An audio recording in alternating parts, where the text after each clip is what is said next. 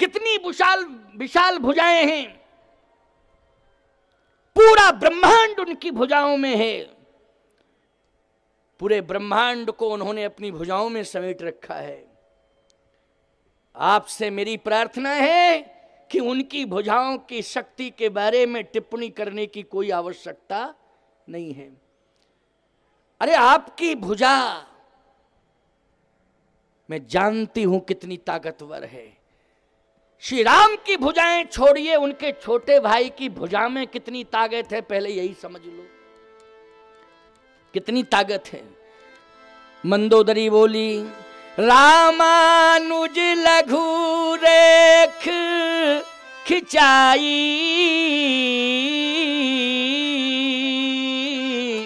और सो नहीं नाघेउ अस मनु साई। उनके छोटे भाई लक्ष्मण ने नासिक पंचवटी में एक रेखा खींच दी थी अपने हाथ से। उनके छोटे भाई की भुजा ने एक रेखा खींच दी थी, तुम्हारी भुजा रेखा के अंदर नहीं जा पाई। यह है तुम्हारी बहादुरी। बात कितनी बढ़िया कही मंदोदरी ने, साधारण बात कही क्या। धन्य है मंदोदरी। लंका कांड से बोलो बहुत बड़ी शिक्षा मिल रही है कि नहीं मिल रही है। एक एक कांड साधारण नहीं है, हमारे जीवन में प्रेरणा देने वाला कांड है। लंका कांड को साधारण मत समझना। लेकिन बात यह है कि केवल झांझ मजीरा लेके बस अखंड रामायण कर लेते हो, ये परंपरा अच्छी है, मैं इसका समर्थन करता हूं, स्वागत करता हूं। लेकिन अखंड पारायण का पाठ करना जीवन में जरूरी है, लेकिन रामचरितमानस के मर्म को समझना बहुत जरूरी है। रामचरितमानस के मर्म को समझना बहुत जरूरी है। अखंड रामायण का पाठ करना जरूरी है, लेकिन रामायण के मर्म को समझना बहुत जरूरी है। आज ये जो शिविर लगा हुआ है, ये जो कथा हो रही है, बोलो रामायण के मर्म को ही समझने के लिए। रामानुज लघु रेख खिंचाई, सो नहीं नाघेउ अस मनु साई। रामानुज लघु रेख खिंचाई, सो नहीं नाघेउ अस मनु साई। सो नहीं नाघेउ अस मनु साई। सो नहीं नाघेउ अस मनु साई। सो नहीं नाघेउ अस मनु साई। उस समय आपकी बहादुरी कहां गई थी, ये बताओ। रावण बोला, मंदोदरी मैं तो रेखा पार कर रहा था, फिर क्यों नहीं किए। उसमें करंट सिस्टम था, मैं जा रहा था अंदर, उसमें करंट सिस्टम था। जैसे ही मैं आगे बढ़ने लगा, करंट सिस्टम था, मुझे तेरी फोटो याद आ गई और मैं बैक हो गया। मंदोदरी बोली, फोटो देख के बैक हो गए, ओरिजिनल बोल रही हूं तब बैक क्यों नहीं हो रहे हो, बुद्धि खराब हो गई क्या। जब डायरेक्टर ही बोल रही हूं तो बैक हो जाओ, फोटो देख के बैक हो गए। केवल फोटो सामने आ गया, बोले तेरा फोटो आ गया सामने, में बैक हो गया। ओ हो गड़बड़ हो जाएगा, क्योंकि इसमें पावर है, करंट है। मंदोदरी ने कहा, एक बात और कहूं, तुम्हारी भुजाओं में ताकत थी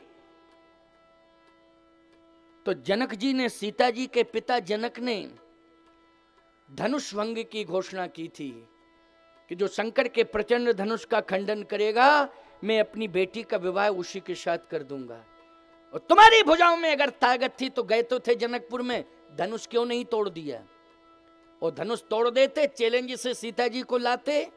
क्यों भाई, भुजाओं में ताकत थी तो भुजाएं क्या गिरवी रखी थी उस समय, साथ में नहीं थी, पास में नहीं थी भुजाएं। रावण बोला, उस समय मूड काम नहीं कर रहा था।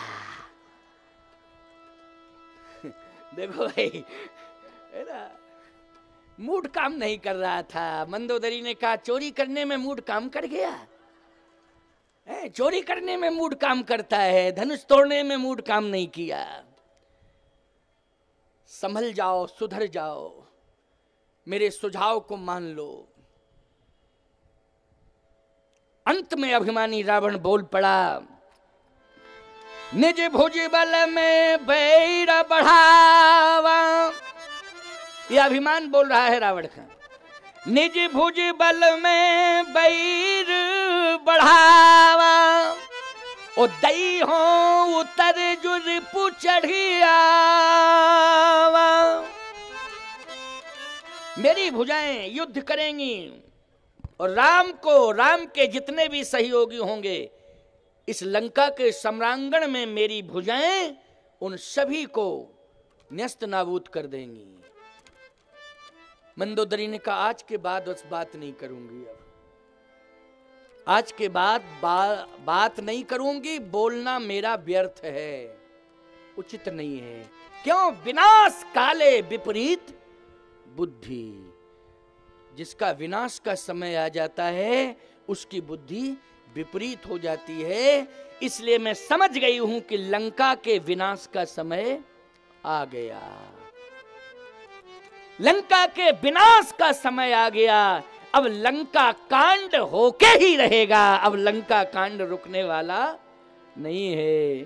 तो प्यारे, लंका का जो विशाल कांड, जहां रहा न कोकुल रोवन हारा। ईमानदारी से बताओ, मंदोदरी की बात अगर रावण मान गया होता तो बच जाता ये लंका कांड कि नहीं? ये बहुत बड़ी घटना जो लंका में घटी। एक और बढ़िया बात बता दें आपको, ये लंका कांड की अंतिम बात है, फिर उत्तर कांड की ओर बढ़ेंगे हम, ठीक है ना? उत्तर कांड, क्योंकि समय का तो ध्यान रखना पड़ेगा मुझे। 6:30 बजे विश्राम करना पड़ेगा और आरती प्रसाद वितरण में भी आज विश्राम दिवस है ना, तो आपकी भीड़ भी अच्छी हो रही है, रोज ही भीड़ बढ़ती है और उत्साह है आपके जीवन में। कथा सुनने के प्रति बहुत बड़ी लालसा है, उत्साह है। हम भी बहुत प्रसन्न हैं आपके इस भाव से। जब राम रावण का युद्ध हुआ प्यारे,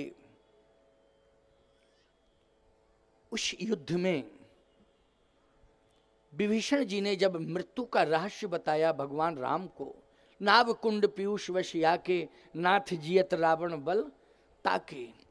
तो जब मृत्यु का रहस्य विभीषण जी ने बताया कि नाभि में अमृत है और जब तक वो अमृत रहेगा इसकी मृत्यु नहीं होगी प्रभु, इसलिए पहले इसके अमृत को नष्ट किया जाए।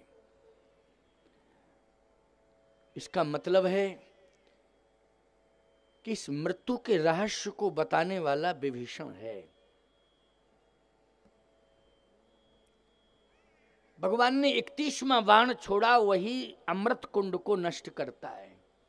छाणस सर 31 रघुनायक शायक चले मानहु काल फणीश। 31वां बाण जब चला तो सीधा नाभि कुंड में जाकर के प्रवेश करता है और उस नाभि कुंड में जो अमृत था उस फणीश ने उस अमृत का शोषण कर लिया। रावण कहां राम रन हतो पचारी कह के गिर पड़ा। अंत में उसने ये कहा है, कहां राम रन हतो पचारी, और कह करके रावण गिर गया। जैसे ही रावण गिरा, मंदोदरी के पास सूचना पहुंची कि तुम्हारे पति की मृत्यु हो गई। मंदोदरी ने कहा, ये तो मैं समझ रही थी कि मृत्यु सुनिश्चित है, लेकिन जरा मैं देखना चाहती हूं कि मृत्यु के बाद क्या हुआ। मैंने अपने पति का जीवित अवस्था का स्वरूप देखा है, लेकिन मृत्यु के बाद का क्या स्वरूप है ये मैं देखना चाहती हूं। दौड़ पड़ी मंदोदरी, दौड़ पड़ी, और जैसे मंदोदरी दौड़ के आई तो देख क्या रही है, माथा पकड़ के रो रही है, और देख क्या रही है, दुर्दशा रावण की हो रही। काक कंक ले भुजा उड़ाही। कौआ जो है रावण की भुजा ले जा रहा है। ये रामायण का प्रमाण है, देखो लंका कांड का। मंदोदरी देख रही है ये। काक कंक ले भुजा उड़ाही, एक तेक छीन ले खाही। एक कौआ रावण की भुजा ले गया, दूसरा कौआ उस कौए से भुजा छीनता है, ले जाता है, फिर वो वापस आता है। इस तरह से बोलो, ये दृश्य किसने देखा? मृत्यु के बाद का मंदोदरी ने देखा। मैं कहता हूं, ये तो मैंने सुना है कि एक ऐसी अज्ञात लाश पड़ी थी जिसको गीधड़, कुत्ते और कौवे खा रहे थे। एकांत में ऐसी लाश पड़ी थी, लेकिन एकांत में वो रावण की लाश नहीं थी। बोलो थी क्या एकांत में? 33 करोड़ देवता देख रहे थे।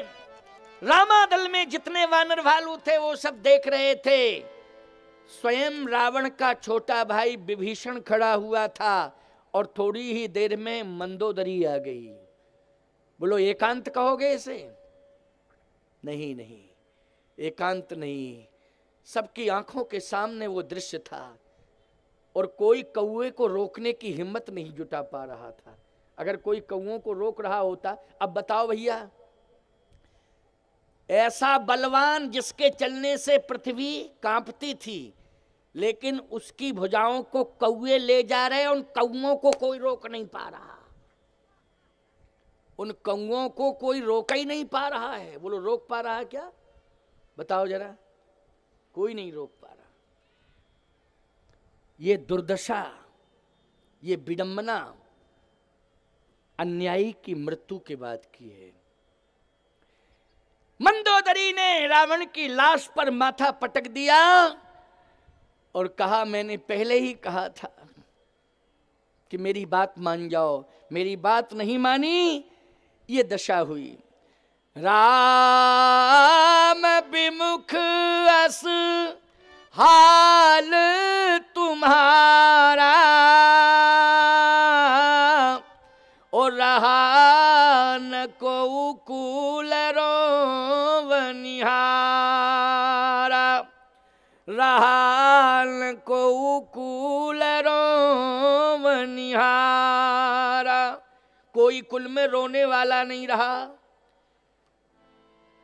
अविचल है जो धर्म पर होती उसकी जीत, अन्यायी की लाश पर कुत्ते गाते गीत।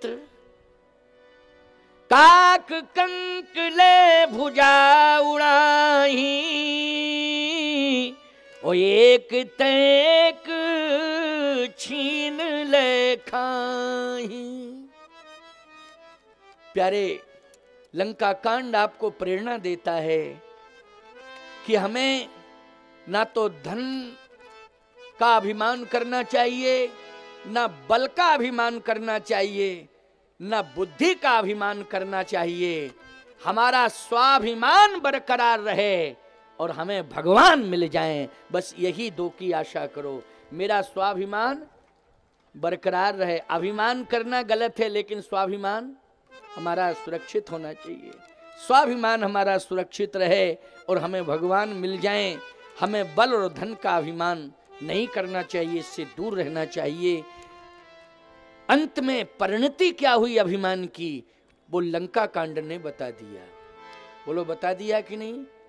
अभिमान की परिणति लंका कांड में देखने को मिल गई। अभिमान नहीं करना चाहिए। आइए अब उत्तरकांड में हम लोग थोड़ा प्रवेश कर रहे हैं। लगभग क्यों भैया सभी कांडों से जुड़ गए आप कि नहीं जुड़ गए इस कथा में? हैं? नहीं तो ये होता कि और कांड तो बहुत रह गए, लेकिन विस्तार फिर भविष्य में करूंगा। एक एक कांड की कथा का विस्तार बहुत अच्छे ढंग से होगा। भविष्य में फिर आएंगे ठाकुर जी की कृपा से, क्योंकि ठाकुर जी की कृपा तो होनी चाहिए, शरीर स्वस्थ रहे, और शरीर स्वस्थ रहे और शरीर ही रहे, स्वस्थ रहे और शरीर रहे, और शरीर स्वस्थ रहे, तो निश्चित रूप से कथा होती रहेगी। और भगवान से मैं प्रार्थना करूंगा कि हमारा शरीर रहे और हमारा शरीर स्वस्थ रहे, लेकिन हमारे श्रोताओं का भी शरीर सदा स्वस्थ रहे। तभी तो हम कथा सुनाएंगे, नहीं टेंट पंडाल को सुनाने आएंगे क्या? क्यों भाई? हमारे श्रोताओं का शरीर स्वस्थ रहे। भगवान से यही मैं प्रार्थना नित्य करता रहूंगा, और डायरेक्ट हमारी प्रार्थना स्वीकार करेंगे भगवान, क्योंकि डायरेक्ट कनेक्शन है। क्यों भाई, है कि नहीं? और तुम सभी भक्तों के स्वास्थ्य की मंगल कामना हम नित्य करेंगे, तो ठाकुर जी आप सबको भी पूर्ण स्वस्थ रखेंगे, मस्त रखेंगे, अच्छे कार्यों में व्यस्त रखेंगे। ये भगवान करेंगे निश्चित रूप से, ठाकुर जी की कृपा रहेगी। उत्तरकांड। रावण तो मर गया, विभीषण जी सिंहासनासीन हुए। भगवान राम को भरत की याद आ रही है, भरत की याद आ रही है भगवान राम को। तुलसीदास जी से पूछा कि भगवान को भरत की याद आ रही है, क्यों आ रही है याद? इसलिए कि चित्रकूट में भरत जी से ये कहा था कि मैं अवध में अवधि के अंतर्गत आऊंगा। भरत तुम मेरी बात पर विश्वास रखो और तुम जाओ वापस अयोध्या, मैं अवध में अवधि के अंतर्गत आऊंगा। लेकिन भगवान राम कह रहे हैं कि मैं देख रहा हूं भरत रो रहा है, रहा एक दिन अवध अधारा,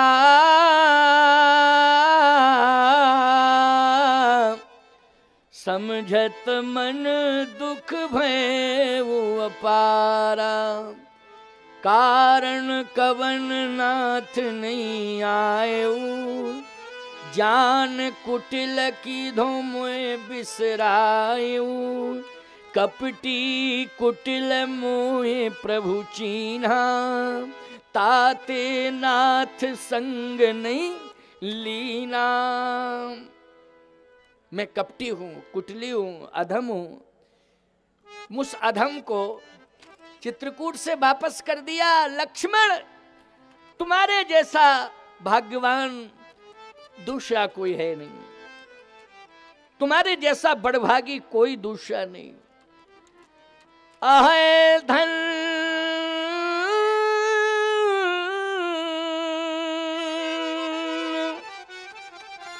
लक्ष्मण बड़भागी, राम पदार बिंद अनुरागी। अहे धन्य लक्ष्मण बड़भागी। लक्ष्मण तुम बड़भागी हो। भरत जी कहते मैं अभागी हूं। भगवान देख रहे हैं इस दृश्य को। संसार में क्या हो रहा है ईश्वर देख रहा है। क्यों भाई? ईश्वर तुम्हें दिखाई नहीं दे रहा है, लेकिन तुम क्या कर रहे हो ईश्वर देख रहा है। संसार की नजरों से तुम छिप सकते हो, अपने को छिपा सकते हो, लेकिन परमात्मा की नजरों से क्या तुम छिप सकते हो? नहीं, वो सब देख रहा है। कौन क्या कर रहा है?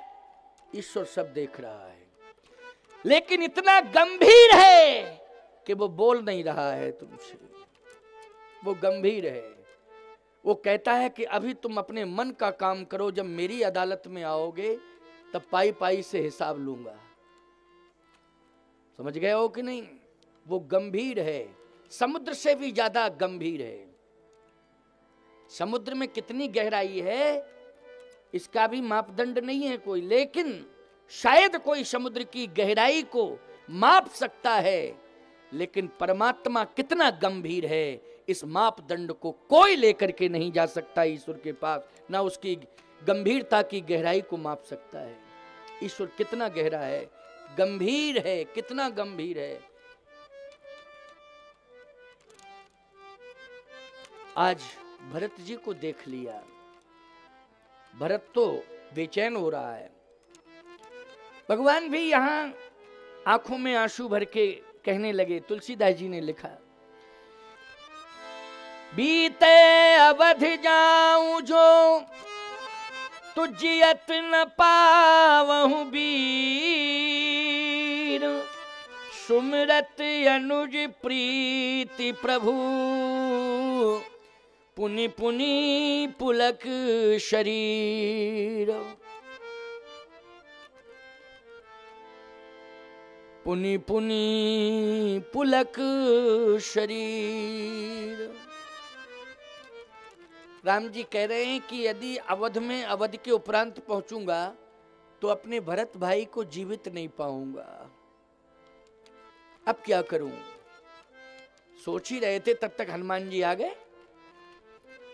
जैसे हनुमान जी आए, हनुमान जी ने कहा, प्रभु आप रो क्यों रहे हैं? अब रावण तो मर ही गया, बच कौन गया बता दो तो उसको भी हम निपटा दें। भाई रावण तो मर गया, अब कौन बच गया? भगवान राम ने कहा, नहीं नहीं हनुमान,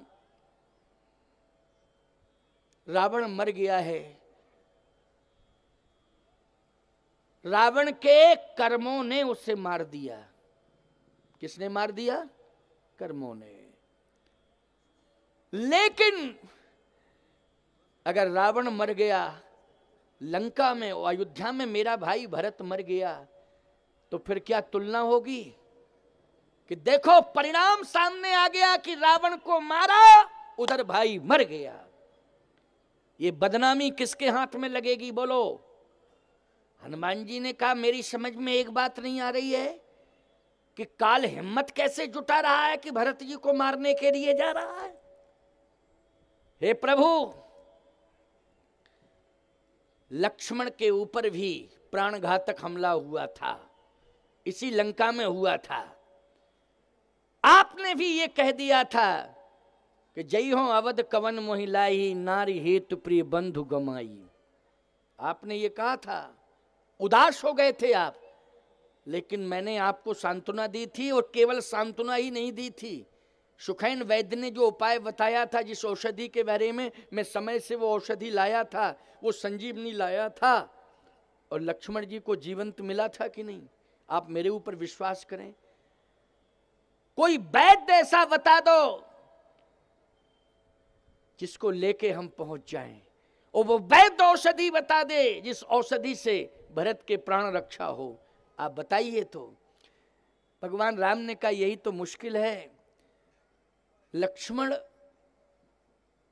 के पास संजीवनी बूटी आई, और संजीवनी बूटी ने लक्ष्मण को जीवंत दे दिया। लेकिन भरत के पास अगर संजीवनी पहुंच जाएगी तो शायद वो द्रोणागित पर्वत पर रहने वाली संजीवनी भरत को जीवंत नहीं दे सकती। फिर भरत को जीवित करने के दो ही उपाय हैं, या तो भरत के सामने राम पहुंच जाएं तो भरत जीवित हो सकते हैं, अथवा राम कथा रूपी संजीवनी पहुंच जाए। राम कथा रूपी संजीवनी पहुंच जाए। हनुमान जी ने कहा, हमारे पास दोनों हैं, राम भी हैं और राम कथा भी है। क्यों भैया, ये बात सही है कि नहीं? राम भी है हनुमान जी के पास और राम कथा भी है। और एक बात बताएं प्रभु, या तो हम आप ही को ले चलें डायरेक्ट, और नहीं तो जो प्राइवेट व्यवस्था में आप हैं मेरे अंदर क्यों भाई, सही बताओ, हनुमान जी के अंदर हृदय में कौन बैठे हुए हैं? आपने कहा राम। बैठे हैं कि नहीं बैठे हैं? तो हृदय में राम, और हृदय में ही राम कथा। बोलो, है राम कथा कि नहीं? हृदय में ही राम कथा है, हृदय में ही राम है। हनुमान जी ने कहा, या तो आप चले चलो, नहीं, मेरे पास जो स्पेशल व्यवस्था है उसी का मैं प्रयोग करूंगा। आप तो ये बताओ, आप चल रहे हो कि हमें भेज रहे हो? भगवान ने कहा ऐसा है हनुमान, तुम जब जाओगे तो मुझे लेकर के ही तो जाओगे। हाँ, आपको लेके जाऊंगा। ज्यादा से ज्यादा सीता को लेके जाओगे तो राम सीता बैठे हृदय में, लेकिन लक्ष्मण? तो भरत ये प्रश्न करेगा ना, मुझसे ही प्रश्न करेगा कि लक्ष्मण कहाँ है, तो मैं यही कहूंगा कि पीछे आ रहा है, पीछे आ रहा है। तो भरत जी यही कहेंगे कि साथ में ले गए थे लेकिन छोड़ के चले आए आप। साथ में जब अयोध्या से ले गए थे तो अयोध्या में साथ में ही लेके आना चाहिए था। अयोध्या के लोग भी प्रश्न खड़ा कर सकते हैं, मां कौशल्या भी पूछ सकती हैं, हे हनुमान, सत्य तो यह है कि भरत अगर मुझे नहीं प्राप्त करेगा, लक्ष्मण को नहीं देखेगा, सीता को नहीं देखेगा, तो कुछ भी डिसीजन ले सकता है। तो तीनों एक साथ कैसे जा सकते हैं, इसके लिए क्या व्यवस्था है? हनुमान जी ने कहा इसके लिए व्यवस्था है विमान, पुष्पक विमान। तीनों चले जाएंगे, वो जितने हैं वे सब चले जाएंगे, कोई दिक्कत, कोई रह ही नहीं जाएगा। पुष्पक विमान। तो कहा पुष्पक विमान बुलाओ। पुष्पक विमान आया साहब, तो पुष्पक विमान में राम, लक्ष्मण और जानकी तीनों तो बैठे ही, लेकिन जितने बंदर भालू थे, बोलो वो सब बैठ गए कि नहीं बैठ गए? पुष्पक विमान इतना बड़ा, एक सज्जन बोले महाराज इतना बड़ा था पुष्पक विमान। अरे पुष्पक विमान तो इतना बड़ा था कि उसमें बढ़ने की क्षमता थी, पूरी बंबई बैठ जाए फिर एक सीट खाली। हाँ, पूरा महाराष्ट्र बैठ जाए एक सीट खाली, पूरा भारत बैठ जाए एक सीट खाली, पूरा विश्व बैठ जाए एक सीट खाली। बढ़ता रहता था पुष्पक विमान।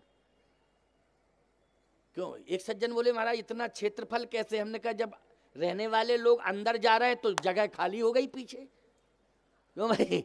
जगह पीछे खाली, जब सब रहने वाले लोग जब विमान में अंदर आ रहे हैं तो जगह खाली, विमान को जगह मिल रही है बढ़ने के लिए, विमान बढ़ता रहता था। ये उसमें क्षमता थी, ये वरदान प्राप्त था पुष्पक विमान को। हनुमान जी ने कहा कि अब विमान आ गया है, सभी बैठ गए, बानर भालू भी बैठे, अब क्या दिक्कत है? भगवान बोले लेकिन विमान से तो चलो, कहो कि ये चले। विमान से हनुमान जी ने कहा कि अब विलंब नहीं करो, जल्दी चलो। पुष्पक विमान चला। जैसे पुष्पक विमान चला साहब, प्रयागराज में पुष्पक विमान पहुंचा, और जैसे प्रयाग में पुष्पक विमान पहुंचा तो भगवान राम ने कहा हनुमान इधर आओ। जिस गति से ये विमान चल रहा है, समय से ये विमान मुझे अयोध्या नहीं पहुंचाएगा। उस समय से यदि ये विमान अयोध्या नहीं पहुंचाएगा तो निश्चित रूप से भरत के प्राण नहीं बचेंगे। अब क्या होना चाहिए? हनुमान जी ने कहा विमान नहीं पहुंचाएगा लेकिन हनुमान तो पहुंचाएगा। आप बैठिए हनुमान जी के कंधे पर, अभी ले जाता हूं। हनुमान जी में ये क्षमता है कि एक कंधे, एक साइड में श्री राम जी, दूसरी तरफ श्री जानकी जी भी बैठ जाती, और लक्ष्मण जी की पूंछ बड़ी मजबूत है। लक्ष्मण जी तो क्यों भैया पूंछ ही का सहारा ले लेते, कोई दिक्कत नहीं। लेकिन जितने बानर भालू हैं वो बोले हम लोग कहां जाएंगे? हनुमान जी ने कहा तुम लोगों के लिए विमान है, आराम से विमान में बैठ के आओ। बंदरों ने कहा देखो हम विमान में विमान के भरोसे नहीं बैठे थे, विमान में भगवान के भरोसे बैठे थे, और जिस विमान से भगवान निकल जाएं वो विमान अयोध्या जाएगा कि कंधार? क्यों भैया? पता नहीं, उसका ठिकाना नहीं कि किधर चला जाए है? विमान भी चल रहा है तो भगवान के भरोसे चल रहा है। बोलो भाई, तुम्हारा वाहन भी चल रहा है तो ड्राइवर के भरोसे नहीं चल रहा है, किसके भरोसे चल रहा है? बोलो, भगवान के भरोसे चल रहा है। तुम कहो महाराज ड्राइवर बहुत होशियार है, अरे तुम्हारा ड्राइवर होशियार है और सामने वाले का ना हुआ होशियार तो क्या करोगे? तुम कहाँ जाओगे? बोलो भाई, वो उसका लक्ष्य ही कुछ बन जाए अथवा वो मूर्खता का परिचय दे दे तो आखिर तुम कहाँ जाओगे? इसलिए होशियारी मत बताना, ना वाहन पे भरोसा करना, ना ड्राइवर पे भरोसा करना, ना सड़क पर भरोसा करना, भगवान पर भरोसा करना कि भगवान के सहारे हम चल रहे हैं। और जाको राखे साइया मार सके न कोई, बाल न बांका कर सके चाहे जो जग बैरी होए। इसलिए भगवान के भरोसे घर चलाओ, भगवान के भरोसे वाहन चलाओ और भगवान के भरोसे ही व्यापार चलाओ प्यारे। भगवान पर भरोसा करो। ईश्वर की सत्ता विलक्षण सत्ता है, ईश्वर की सत्ता ताकतवर सत्ता है, सामर्थ्य है उसमें। इसलिए समर्थ प्रभु राम की शरण में रहो, उन पर विश्वास करो और निश्चिंत होकर के रहो। चिंता करने की कोई जरूरत